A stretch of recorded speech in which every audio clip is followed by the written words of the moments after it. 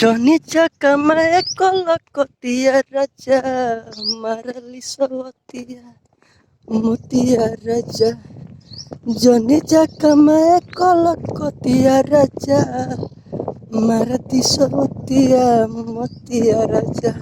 तो हेलो दोस्तों, आप सब कैसे हैं।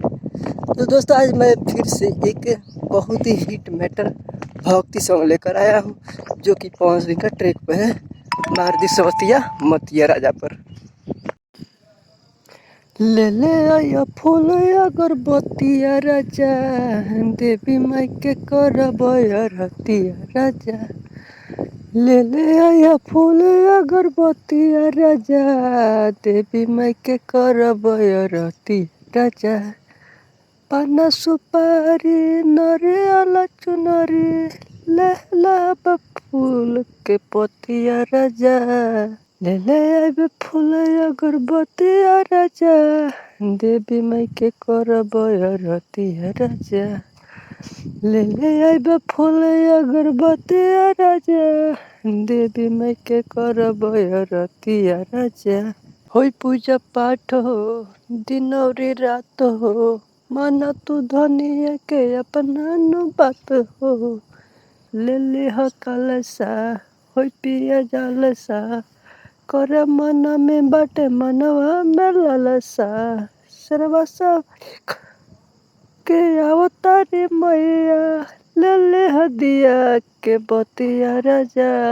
ले ले आया फूल अगरबत्तिया राजा देवी माई के करबया रतिया राजा। ले ले आया फूल अगरबत्तिया राजा देवी माई के करबया रतिया राजा। बजावा मृत्युंजय माई के भजनवा, पूजब भोरे भोरे माई के चरणवा।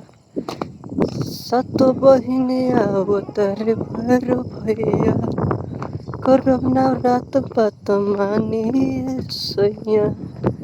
लिखे राइटर माई के भजनिया, नहीं भोला जय हो बतिया राजा। ले ले आया फूल अगरबत्तिया राजा देवी माई के करबया रतिया राजा। ले ले आया फूल अगरबत्तिया राजा देवी माई के करबया रतिया राजा।